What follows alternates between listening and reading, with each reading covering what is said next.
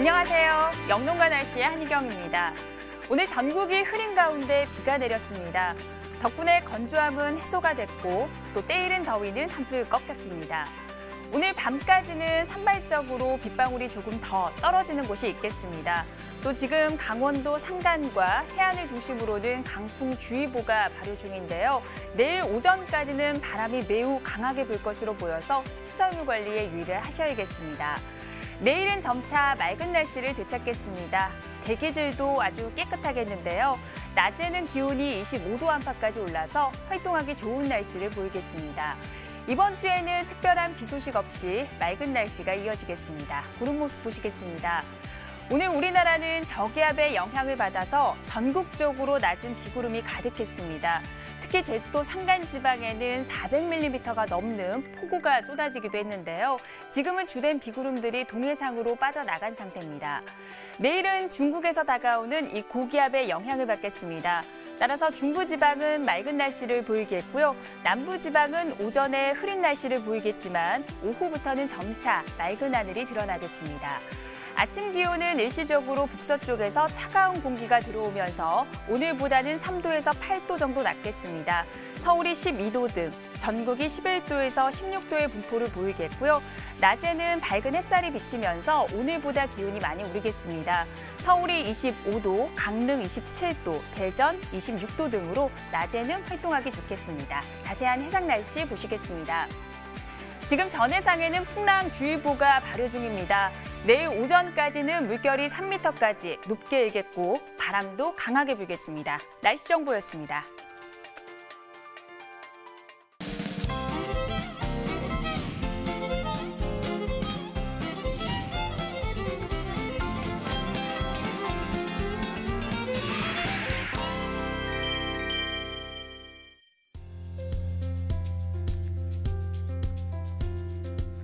날씨를 알면 농사가 보인다. 5월 27일 월요일입니다. 영농가 날씨 오늘은 K웨더의 반기성 센터장과 함께 한 주간의 날씨를 전망해 보도록 하겠습니다. 안녕하세요. 네, 안녕하세요. 월요일의 남자 반기성입니다. 네, 오늘은 먼저 기상청의 국민참여관측 홈페이지를 통해서 각 지역 주민들께서 직접 보내주신 오늘의 날씨 풍경을 만나보도록 하겠습니다.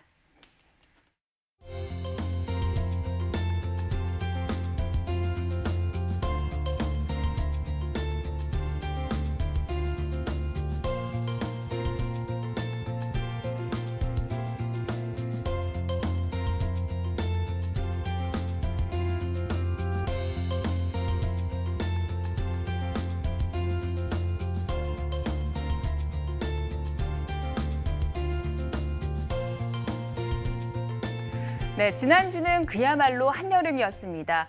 폭염의 열대야까지 5월이 맞나 싶을 정도였는데요. 실제로 지난 한 주간의 평균 기온은 어땠는지 분석 좀 부탁드립니다. 지난주 평균 기온은 실제로도 평년보다 상당히 높았죠. 각 지역별 지난주 평균 기온을 한번 자세히 알아보도록 하겠습니다. 지난주 일요일은 13일부터 토요일은 25일까지 19일부터죠. 서울, 강원도, 경기도 지역의 평균 기온을 보면 올해가 19.1도로 작년보다는 1.5도, 평년보다는 1도 높은 따뜻한 한 주간이었습니다. 다음에 충청남도와 충청북도를 포함한 중부지방의 지난주 평균 기온은 19도로 작년보다는 1.2도, 평년보다는 0.7도 높은 기온을 보였는데요. 이것은 주 후반 이례적인 폭염이 발생했기 때문입니다. 지난주 경상도, 전라도, 제주도의 평균 기온은 19.8도로 작년보다는 1.6도, 평년보다는 1도가 높았는데요. 평년보다 일찍 찾아온 폭염으로 인해서 올여름 기온이 얼마나 오를지 걱정하시는 분들이 많아졌습니다. 지난주에 그 기온을 간단하게 정리해 본단 말이죠. 평년보다는 거의 한 1도 정도 높았는데 이제 많은 분들이 이렇게 이제 더위가 일찍 오다 보니까 올여름이 너무 덥지 않겠나 많이 걱정들 하고 계십니다. 네, 맞습니다. 지난주는 정말 다가올 여름이 걱정될 만큼 기온이 많이 높았는데요. 이 때문에 다양한 기록들도 쏟아졌잖아요. 네, 그렇습니다. 서울에서 역대 관측한 이래로 가장 빠르게 폭염주의보가 발령이 됐고요. 제주도 같은 경우는 관측 이래 최초로 5월에 폭염이 발생을 하기도 했습니다. 이러한 그 현상들이 발생했던 원인을 보면은 지난주 목요일이었죠. 24일 전국적으로 5월 기온으로 아주 이례적인 폭염이 발생을 했는데요. 수도권과 경기 동부, 강원 영서, 경북 경남 및 전남 내륙 지방으로는 폭염주의보가 발령됐었죠. 이때 경기 가평이 36.1도로 최고를 기록을 했고요. 영천이 35.9도, 서울이 33.2도, 대구가 34.5도, 강릉이 34도 등 거의 2달 이상 빠른 고온 현상을 보였습니다. 이렇게 이제 이례적인 고온 현상이 발생한 원인은 1.5km 상공의 중국 지역으로 아주 뜨거운 공기가 위치하고 있었는데 이 공기가 서풍으로 우리나라로 들어왔고요. 지상으로는 뜨거운 남서기류가 유입되었고 또 날씨가 맑다 보니까 일사가 강해지면서 이 세 가지 현상이 같이 아우러졌던 것이죠. 그러면서 고온 현상이 발생하게 된 겁니다. 네, 평년보다 무려 2달이나 빠른 폭염이었는데요. 이 낮 동안의 열기가 그대로 식지 못하고 밤까지 이어지면서 5월에 열대야가 나타나기도 했잖아요. 그렇습니다. 25일이었죠. 아침에는 올해 들어서 처음으로 열대야가 발생하기도 했는데요.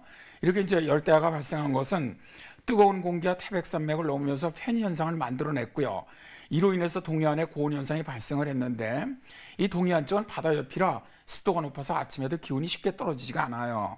이로 인해서 25일 아침 강릉과 속초가 27.4도, 간성이 27.2도, 양양이 26.8도를 기록하는 등 아침 기온이 25도를 넘는 열대야가 올 들어서 처음으로 발생하게 된 것이죠.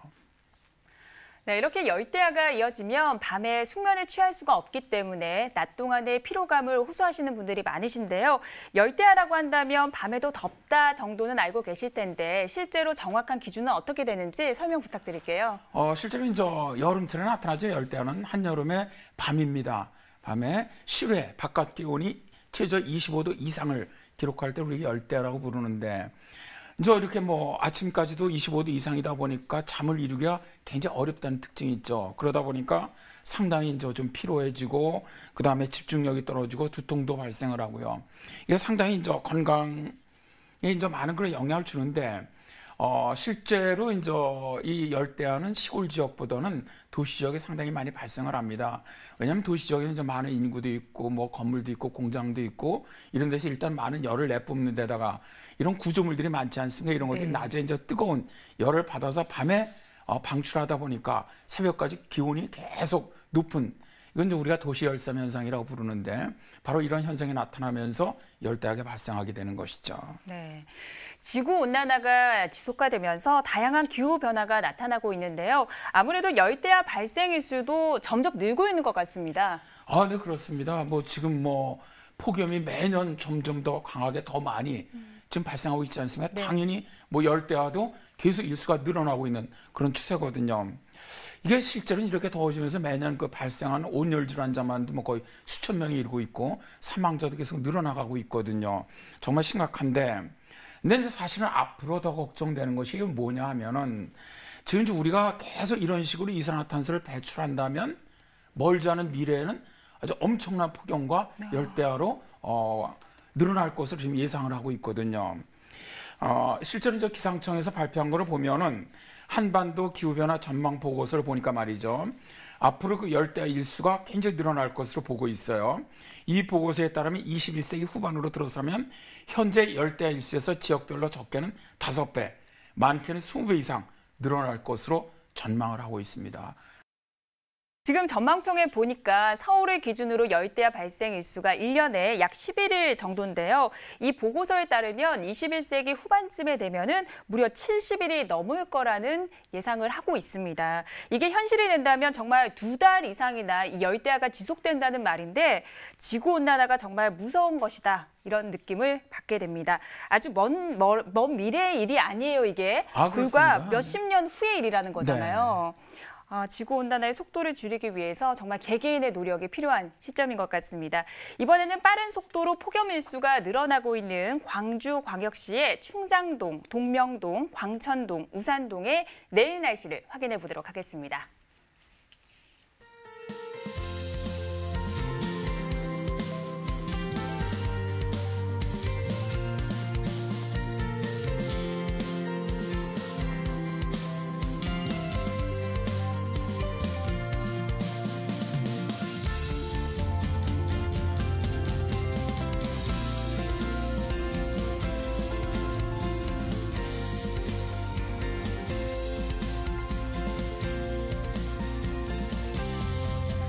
네, 현재 시간 8시 41분 지나고 있습니다. 네, 오늘은 전국적으로 반가운 비 소식이 있었는데요. 지난주에는 비가 얼마나 내렸는지 궁금한데요. 지난주에 지역별 강수량 짚어주시죠.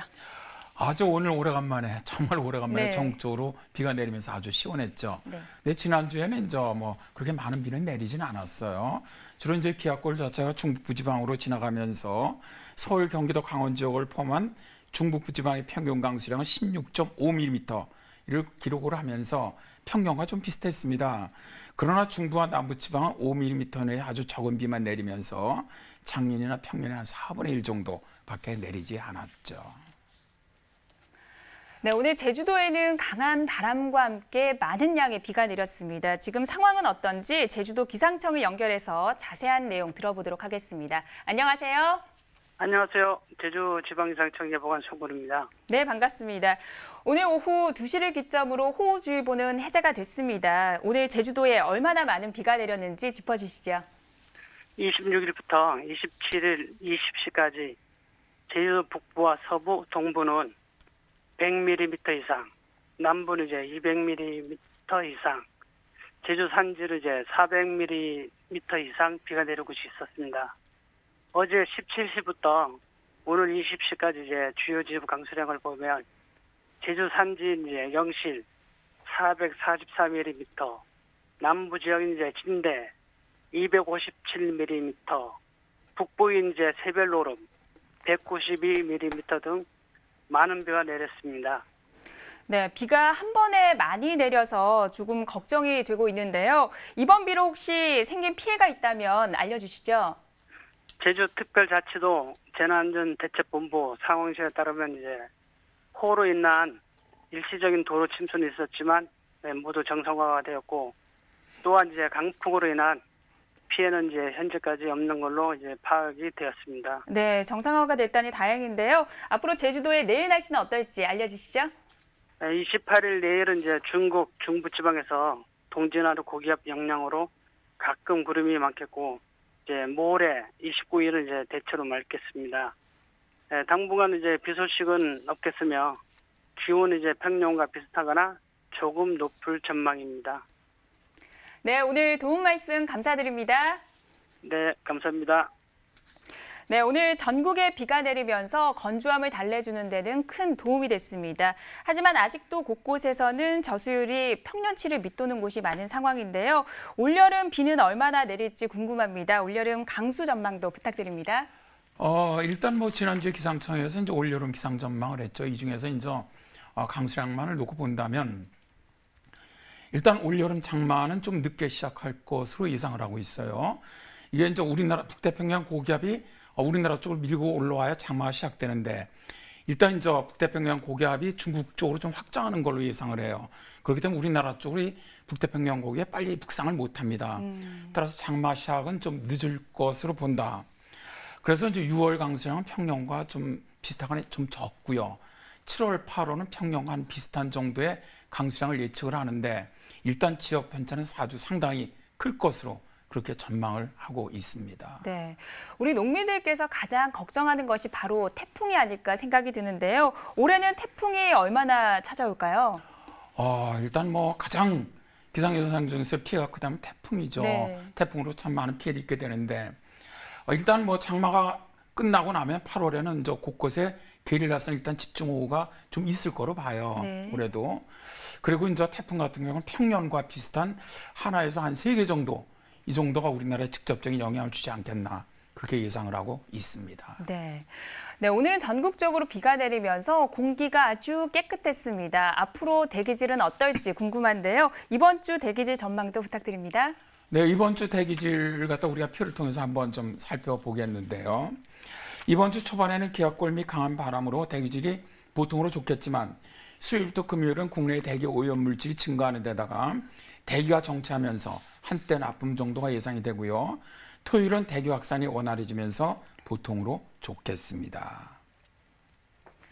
네, 일단 내일은 쾌청한 날씨가 예상되기 때문에 나들이 하시는 데는 큰 불편함은 없겠습니다. 계속해서 한 주간의 날씨 전망 부탁드립니다. 이번 주간은 주로 이동성 고기압 영향을 받을 것으로 예상되면서 대체로 맑은 날씨가 이어질 것으로 예상이 되고 있습니다. 이제 먼저 서울, 경기도, 강원도 지역은 주중에는 대체로 맑은 날씨를 보인 후 토요일만 북쪽으로 지나는 약한 기압골 영향으로 흐릴 것으로만 예상을 합니다. 그다음에 충청남도와 충청북도를 포함한 중부지방은 이동성 고기압 영향으로 대체로 맑겠지만 금요일에는 남쪽으로 지나는 약한 기압골 영향으로 구름이 많은 날씨가 되겠습니다.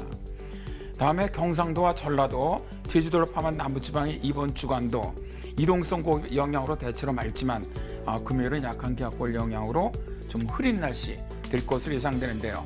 이번 주간도 주 중반부터는 평년보다 기온이 높은 날씨가 되겠습니다.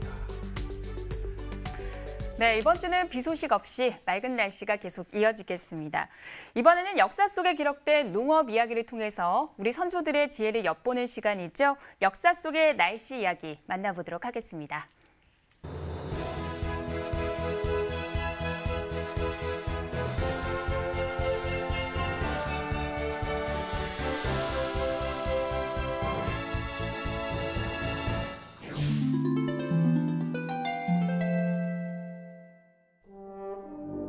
농업이 천하의 근본이던 조선. 농민들은 예상할 수 없는 자연재해를 유독 경계했는데 그중 특히 두려워했던 재해가 있었으니 발생 빈도는 낮지만 피해가 큰 재해, 바로 우박이었다. 성종 16년, 더위가 기승을 부리던 7월의 어느 날, 벼랑간 하늘에서 커다란 얼음덩어리가 쏟아지기 시작했다. 이달 12일에 해주 지방에 큰 바람이 불고 천둥 번개가 치며 우박과 얼음 덩어리가 섞여서 내렸는데 그 크기가 주먹 같기도 하고 혹 달걀 같기도 하였으며 우박이 지나간 곳의 곡식까지 모두 손상되었습니다. 온갖 작물의 뿌리와 줄기를 모두 짓이겨 형체를 알아볼 수조차 없게 만들었다. 하지만 우박이 정말 무서운 이유는 따로 있었는데 이번 5월 2일에 평양, 강동, 순천, 상원, 은산에 우박이 내렸는데 큰 것은 기와 짝만 하고 중간 것은 기와 반쪽만 하며 작은 것이 달걀만 하여 벼에 손상이 있었을 뿐만 아니라 어린 아이들이 우박에 맞아 죽기까지 하였습니다. 이렇듯 작물 피해는 물론이고 가축과 사람의 생명까지 위협했던 우박. 조선왕조 실록에서 언급한 우박 기록은 약 2천여 건에 이르는데 우박의 형태나 크기, 피해 양상에 대한 기록이 비교적 상세하게 기록되어 있으며 농한기보다 농번기 우박으로 인한 농사 피해를 더욱 자세히 기술하고 있다. 농번기의 골칫덩어리 우박. 현재까지도 우박은 예측하기 어렵고 피해도 크기 때문에 대비책과 지원 방안을 끊임없이 강구하고 있다.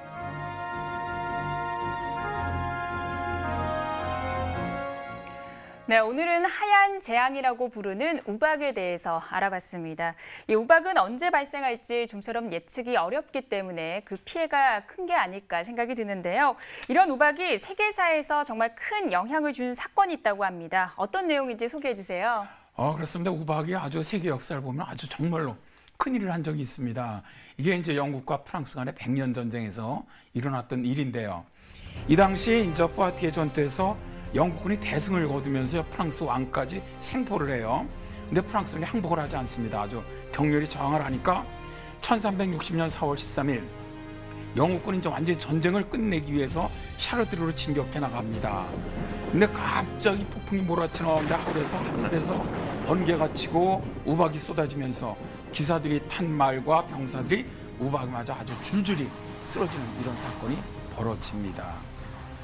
그래서 이제 이에 그 당시에 그 영국군을 지휘했던 영국 그 에드워드 3세죠. 영국왕이 이거는 이 우박은 하늘의 뜻이다. 그래서 전쟁을 그만하자. 그래서 이제 프랑스와 휴전협정을 갖다 맺게 됐는데 우박이 바로 전쟁을 갖다 멈추게 만든 거죠. 네, 정말 우박이 외교관 역할까지 톡톡히 했네요. 맞습니다. 네, 이렇게 재미있는 날씨 이야기를 나누다 보니 어느새 마칠 시간입니다. 오늘 도움 말씀 주신 방기성 센터장님 감사드립니다. 네, 고맙습니다. 네, 내일은 다시 맑은 날씨를 되찾겠습니다. 낮 기온은 25도 안팎까지 올라 활동하기 좋겠습니다. 저희는 내일 저녁 8시 30분에 찾아뵙겠습니다. 고맙습니다.